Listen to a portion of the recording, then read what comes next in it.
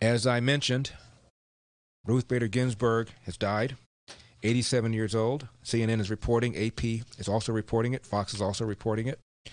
She was appointed by Bill Clinton, second woman to be appointed to the court, and been in and out of the hospital for several months. She's made it clear she's not a fan of Donald Trump. Made it pretty clear she was trying to hold on until a Democrat president came along so that she would not be succeeded by someone who'd be nominated as a Republican. It's very unlikely anything's going to happen between now and the election, but it also raises the stake of this election, doesn't it? We're only one vote away from losing the individual right to keep and bear arms, as well as other liberties. But this is a big one. Last time the Supreme Court weighed in on a gun case was the Heller case of a few years ago. It was about whether or not a man had an individual right to keep and bear arms. It was a law in D.C. that said you could not have a firearm in your own home. And a security guard had a firearm. He challenged the law. And the Supreme Court said that he was right, that the Second Amendment gave you an individual right to keep and bear arms, not a right as a member of a collective, but as an individual right. That was just a 5-4 decision.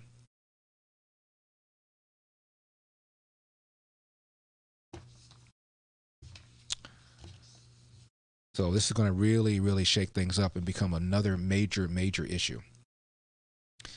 Thomas Sowell, even before learning about the death of Ruth Bader Ginsburg, said this about how important this election is on the Mark Levin show. What I see is that if the election goes to Biden, that there's a good chance that the Democrats will then control all the two branches of Congress and the White House. And considering the kinds of things that they're proposing, that could well be the point of no return for this country. Ray is in Inglewood, California. Ray, you're on the Larry Elder Show. Hey, Larry, how you doing? It's been a long time, and I think that God's hand was at work, because when I first heard what just happened, I immediately thought of you and just dialed your number that I kept in speed dial. Larry, if you just might happen to get a phone call from the White House, would you accept? Ray, you're fading. I think you just said, if I get a phone call from the White House asking me would I consider a position as a nominee for Supreme Court, would I take that call? Yes, I would, but I doubt very seriously that that's going to happen.